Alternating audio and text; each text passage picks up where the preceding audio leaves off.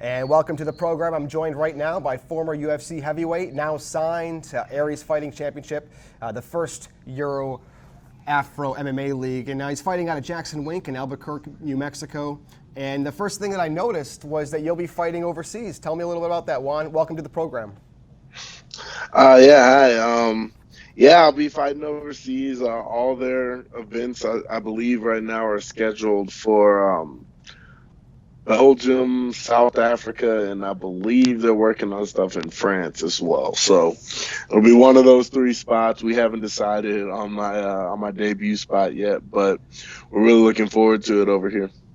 That's great. Juan, you haven't really seen low-level MMA companies or promotions in your professional career. You kind of burnt right through everybody really quick early on, knockouts, LFA early on, and then found yourself in the UFC. On this program, we talk a lot about mindset. We talk a lot about different ways that fighters handle different situations and different ways that they use maybe sports psychology or any kind of mental awareness or just whatever kind of methods that you have for yourself. So talk to me a little bit about the process for yourself, because you seem like you're in a really good place mentally. At least you're showing that, which I can really respect.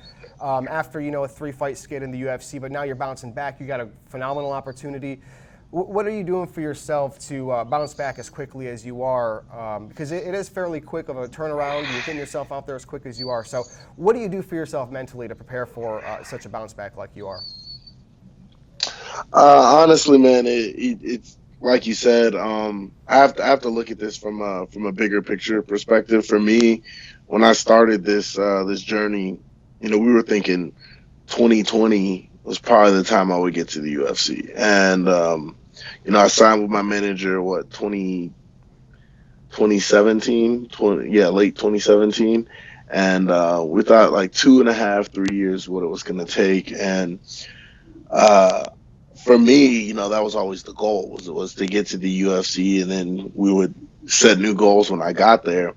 But everything happened so fast for me, and when I found out I wasn't getting re-signed, it was hard. But that first loss, I felt that I really felt I won that fight, and that put me, I was right back in the gym after that. The second loss was the first time I really felt like I really lost, and that was a hard one for me. I didn't get back in the gym for like 6 weeks after that one. You wanted to put it on a little bit more of a personal thing for you, right? Because Right. of his past and stuff like that.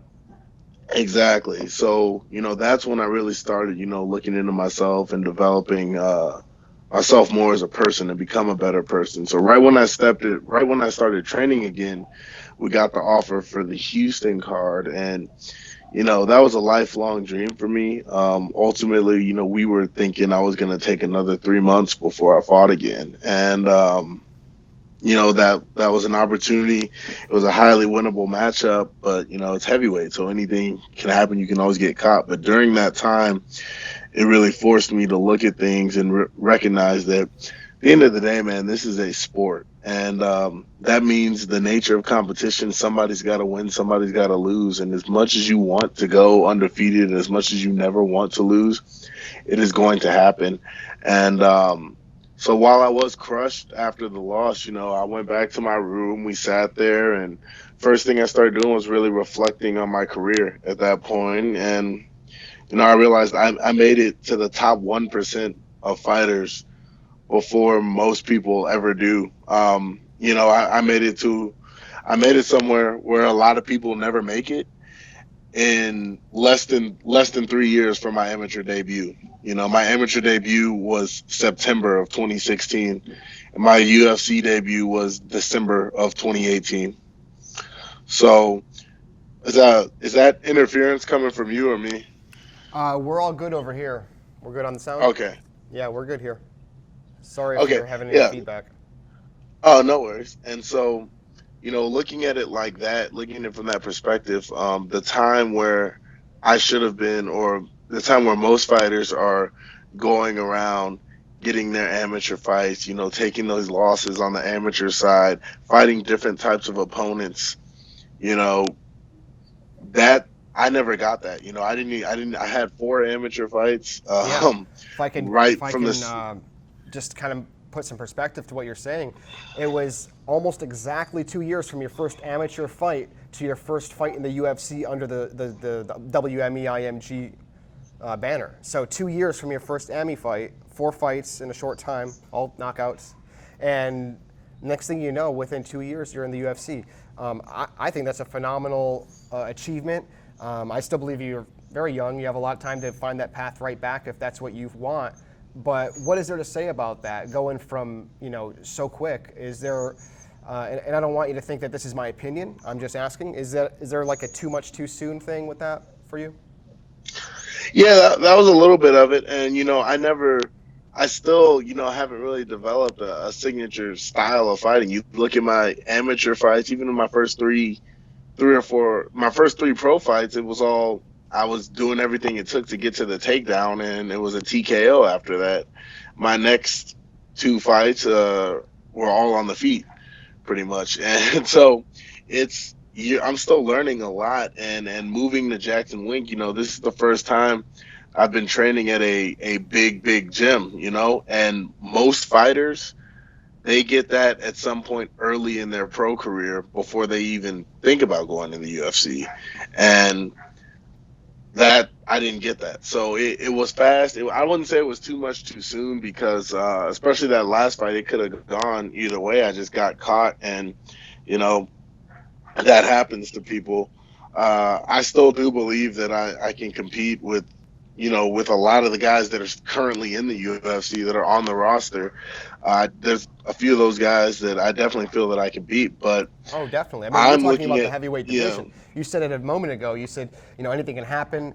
I think it goes both ways. You didn't get the positive end of that cliche statement, but that can also be your path back, because it's that heavyweight division. They're thirsty for talent like you to get back there. So I think the path is right. kind of, not that it's clear, I don't have the answers, but I think that there is clearly a path for you. Definitely. And and if that is the path, that's what's on the journey, that's great. But at the end of the day, that was fighting for one organization. There's a lot of them out there. And while I do eventually, like, personally would want to fight in the UFC, I recognize that there's so many other options. This current opportunity that I have, I think ARES is going to be a really big deal, a really big player Let's talk about pretty that. soon. And I yep. have did a little bit of homework myself. So at ARES Championship, Alrighty. we have UFC former heavyweight. He'll be fighting coming up April 3rd, I believe. His name is Luis Henrique. I think he's like 16 and something. I forgot his exact record. He's a big 12 and boy. 6, I believe. Yeah. Yeah, he's a big boy like you. Had some time in the UFC. He's got a fight coming up. I believe he's fighting Theodoros Aktulis, who's also 11 and 5. Are you going to be there April 3rd to maybe see? Is that something that you'd be looking at maybe for the winner of that for yourself, or are you still just kind of open-minded, still beginning stages? It's very beginning stages. I just officially signed the contract, I believe, Sunday it was. So, if they want to fly me out to that event and, be a person there, I'd love to go there. I'd love to watch it, love to really get the feel for an ARES event. But I'm not looking at opponents right now. It's whoever they send through is what we're going to look at. We go through it with my team, managers. I give my input, my managers and coaches look at theirs, and they give theirs, and then they make the final decision. That's another thing that I'm doing very differently now. At first it was, all right, whatever name comes through, we accept, let's go. And I would accept fights before before my coaches had any time to even think about it. I was just like, all right, let's do it. This is who I'm fighting. Let's go. It was just me and my manager. And And that was now before I'm Jackson actually Wink? yeah, that was before Jackson Wink. So, and it would actually, like, anger one of my coaches greatly. But now that that coach is still with me, it's him and then Greg and Wink. And they, so now they all get together. They tell me their input, and that's where we move from. So that's just a big step for me, just career wise and as an athlete, just really taking more into account the people that I'm basically paying. I'm letting them do their job now. Yeah. If we can expand on that just a little bit, at Jackson Wink, it's one of the deepest, top 2, 3 camps in the entire country. To be fair to the other really big ones, Can you name a couple of people there that have really taken you under their wing? Whether they're fighters or coaches that you're really working close with, and they're really kind of taking you on. Yeah, mostly coaches. I hang out with all the fighters here. I talk to Aaron Pico a lot. I talk to John Jones a lot, and my buddy Joel Bauman is here as well. We hang out a lot, and that's kind of the core group of fighters that I really give a lot of input and time towards. And then the coaches, man, the two biggest coaches obviously that took me under the wing are Greg Jackson and Mike Winklejohn, and then of course there's Joey Villasenor and Brandon Gibson also. So those are like the four coaches I talk to the most. And I just started working. The only reason I didn't work with Brandon Gibson more this past fight camp is because it was just so much information coming at me. I felt myself messing up different techniques. So I had to kind of cut down and trim down on the amount of input being thrown at me. But now that I'm more in a groove with Coach Wink and in a groove with Coach Jackson, that we're starting to add more and more pieces to it. So, I just feel like I'm really growing more. And that's one thing John told me. He's like, don't close yourself off to anyone willing to impart knowledge on you. So I really took that into consideration. If you don't mind, if I can poke a little bit at that, what kind of information can you share that maybe John shared with you to kind of help you through this process that you're going through right now, transitioning? John and I haven't really talked about, the new process for me, but he told me, I'm still young in my career. I've had 8 pro fights, 4 amateur fights, so 12 total fights. And, John's had, I don't even know how many, 20 something. Yeah. And he just told me, man, you have to keep learning, always adapt, keep going. And right now, at your point, it's not necessarily about, the name of a promotion. It's where the money is right now for me. You want to build your brand. You want to get exposure and money right now. And that's pretty much where I'm at. This opportunity with ARES, I'm exposing myself to a completely new market. It's Euro African market. And that's huge for me. That's really big. And, East Coast has won and risen. West, not East Coast, but Eastern Hemisphere has won and risen. Championship, for sure. Yeah, and over here we've got Bellator and the UFC, obviously, which are the two big, and even LFA. LFA is huge too. Mm-hmm. So, this is a chance to really travel the world.